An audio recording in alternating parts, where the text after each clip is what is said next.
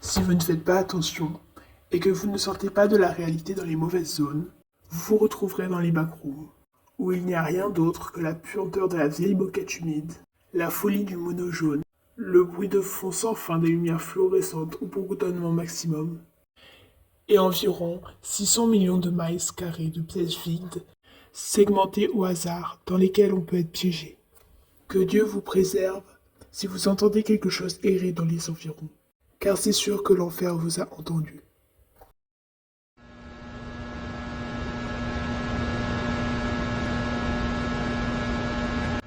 Le niveau 0 est un espace non linéaire, ressemblant aux arrière-salles d'un point de vente.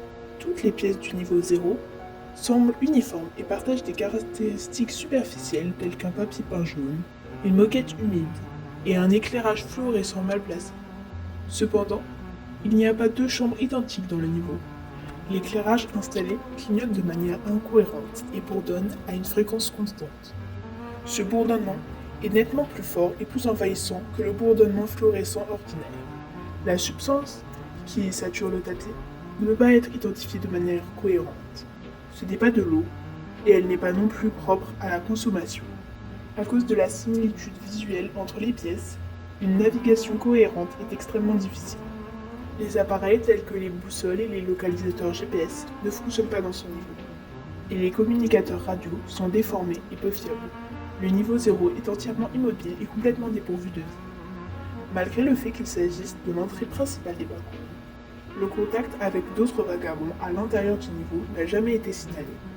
On peut supposer qu'un grand nombre de personnes sont mortes avant de sortir.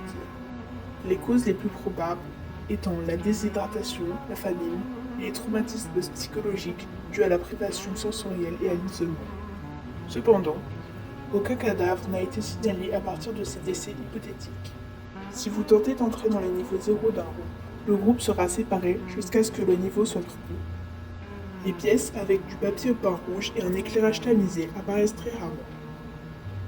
Il ne faut pas s'en approcher ou y entrer.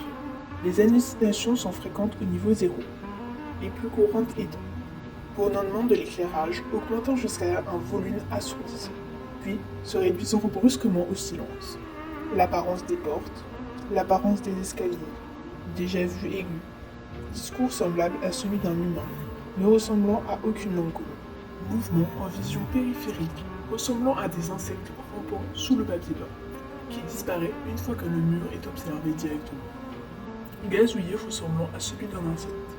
La sortie du niveau 0 n'est possible que par no clipping, ce qui entraînera toujours l'entrée au niveau 1. L'entrée à la salle Malini est très rare, mais possible en marchant sur une distance considérable dans n'importe quelle direction.